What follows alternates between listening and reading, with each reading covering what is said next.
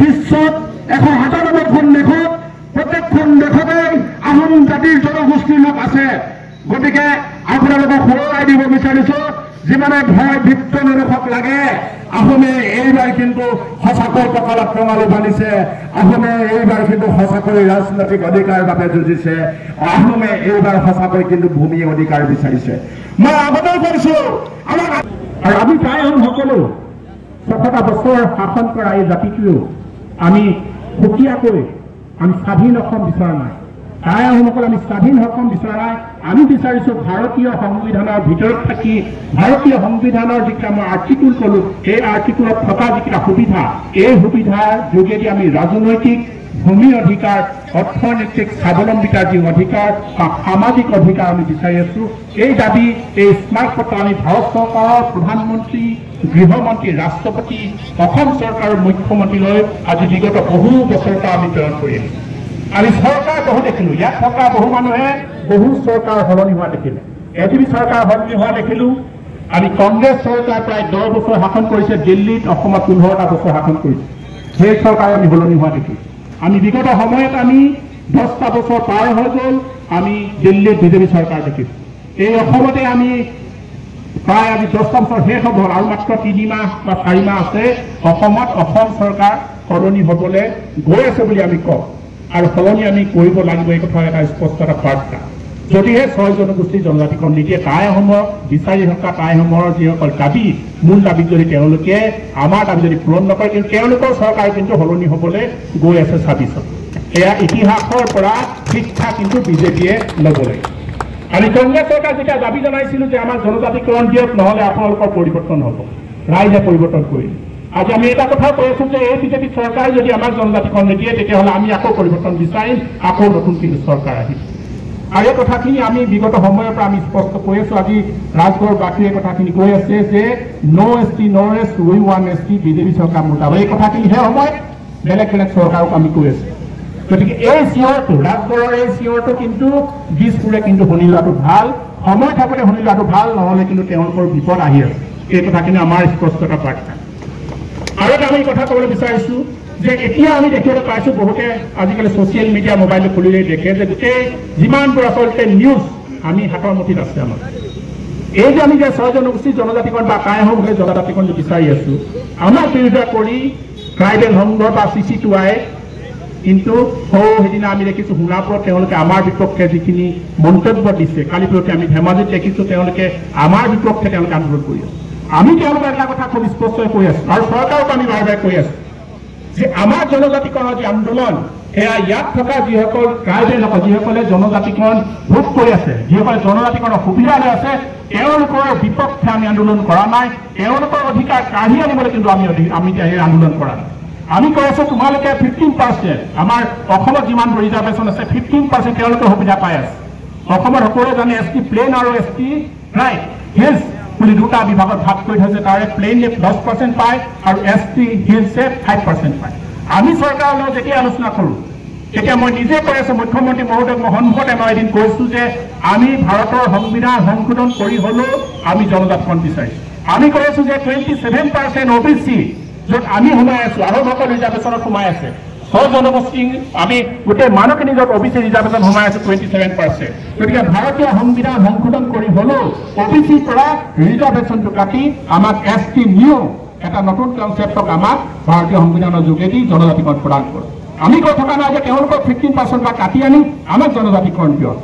আমি কৈ আছো যে ভাৰতীয় সংবিধান এতিয়ালৈকে 100বাৰতকৈ অধিক বাৰ সংশোধন কৰিছে। অসমৰ ক্ষেত্ৰত BTC বা BTR ক্ষেত্ৰত কিন্তু সংশোধন কৰা দেখিবলৈ পাইছো আৰু ভাৰতৰ বিভিন্ন ৰাজ্যত ভাৰতীয় সংবিধানখন সংশোধন হৈ আছে।